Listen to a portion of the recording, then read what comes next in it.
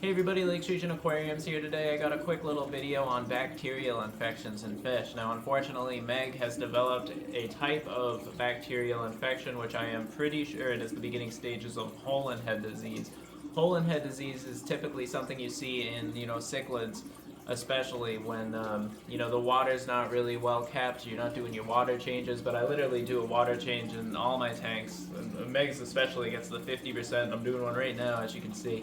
But you typically only see hole and head in fish that are pretty much not treated very well. In Meg's case, she is older. She's getting a lot older, up in the fish years for sure. They can get, if you look it up online, I think it says like 12 years or something with parasichlids, but Meg has been around for around 8 years now, so she is getting up there in the maturity scale.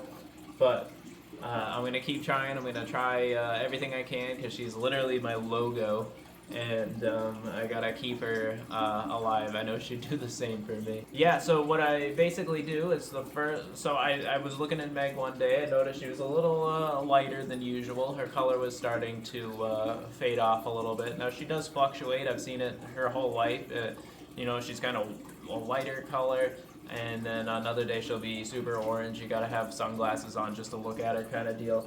But in this case, I noticed that she was a little bit more, it almost looked like she was a little stressed out. And the closer I looked at Meg, I noticed that she had developed these two little white dots on her forehead. Now, when you hear white dots, usually you think ick, but in this situation, you can tell they're a little bit different. I'll get some close-ups of them you can check out.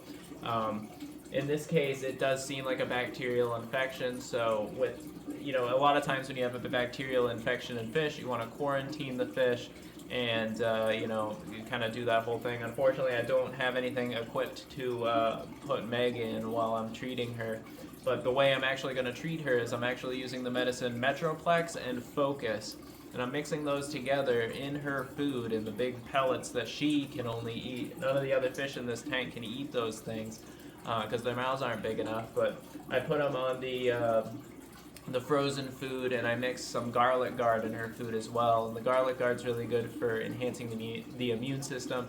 Metroplex is good for common bacterial diseases. It's kind of like an all-round fighter. It's going to kind of attack most types of bacterial diseases. And the Focus is kind of an enhancer for that product as well. So it's a really nice mix of the two. So the second you do see, signs of a bacterial infection, sometimes hole and head doesn't have the little white spots. It almost looks like she's growing horns, honestly.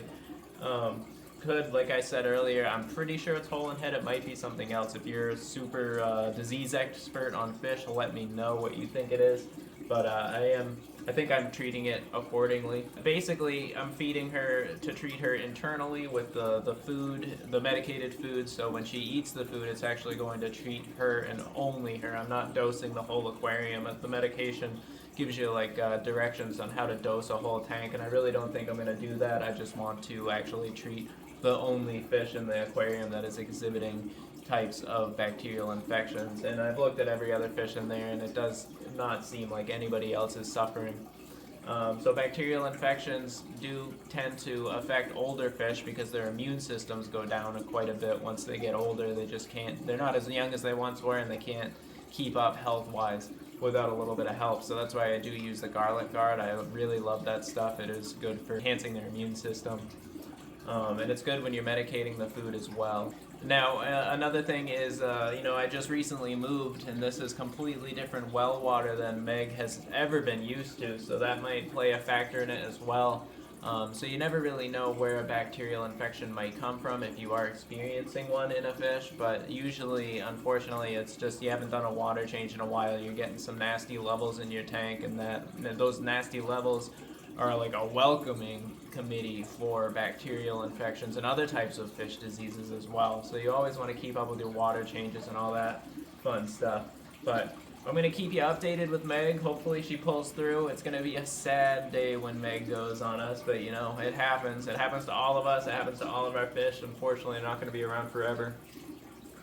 But I'm going to keep trying for Meg because I know she'd do the same for me. And I really appreciate you guys checking out the video. Just a quick one on some diseases. I haven't touched that topic before, so I wanted to, especially now that I'm experiencing it. So I'll keep you guys updated, and hopefully in the next video I'll have some good news.